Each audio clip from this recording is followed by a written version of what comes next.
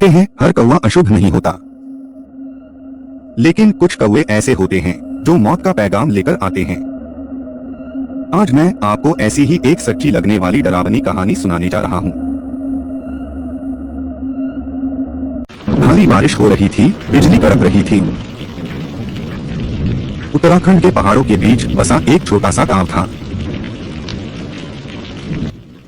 वहां लोग एक काले विशाल कौवे से बेहद डरते थे। गांव वालों का कहना था कि जिस घर की छत पर वह कौवा 3 बार काव काव करता कि अचानक एक विशाल काला कौवा उसके सामने आकर बैठ गया। उसकी चमकती आंखें सीधे रवि को घूर रही थी।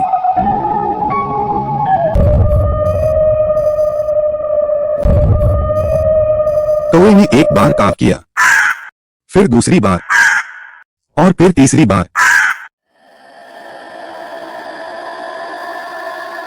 रवि हंस पड़ा। एक कौवा मेरा क्या बिगाड़ लेगा।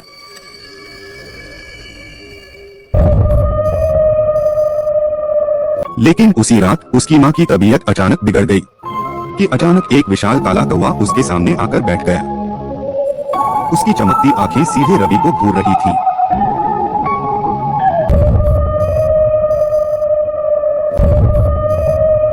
कौवे ने एक बार काव किया, फिर दूसरी बार और फिर तीसरी बार। रवि हंस पड़ा। एक कौवा मेरा क्या बिगाड़ लेगा।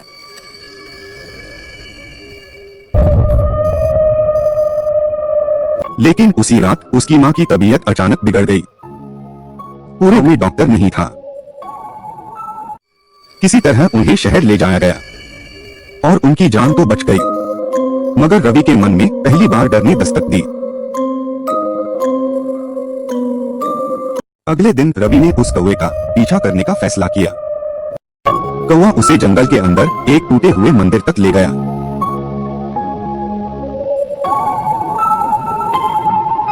मंदिर के बीचों बीच एक पुरानी पत्थर की मूर्ति थी, जिसके ऊपर सैकड़ों कौवे मंडरा रहे थे। अचानक सभी कौवे उड़ गए, लेकिन वही विशाल कौवा वहीं बैठा रहा।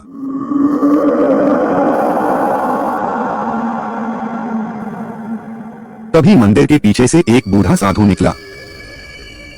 उसने कांपती आवाज में कहा, भाग जा, यह कोई साधारण कौवा नहीं, यह उस तांत्रिक की आत्मा है जिसे 100 साल पहले गांव वालों ने जिंदा जला दिया था।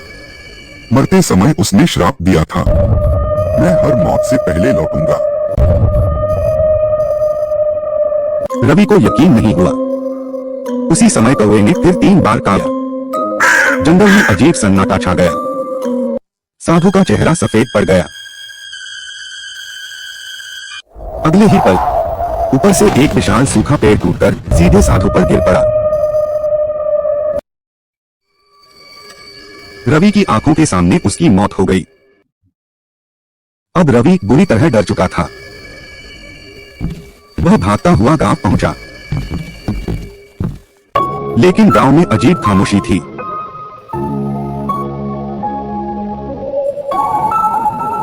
हर घर का दरवाजा खुला था, मगर अंदर कोई नहीं। सिर्फ काले पंख पूरे गांव में बिखरे पड़े थे। तभी पीछे से रवि का आवाज सुनाई दी। रवि ने धीरे धीरे मुड़कर देखा। पूरा आसमान हजारों कौवों से ढका हुआ था।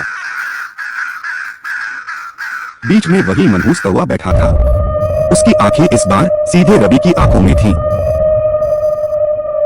उसने फिर एक बार काव किया, दूसरी बार और तीसरी बार। रवि पूरी ताकत से भागा, लेकिन कुछ ही कदम बाद अचानक उसका पैर फिसला और वह गहरी खाई में गिर गया।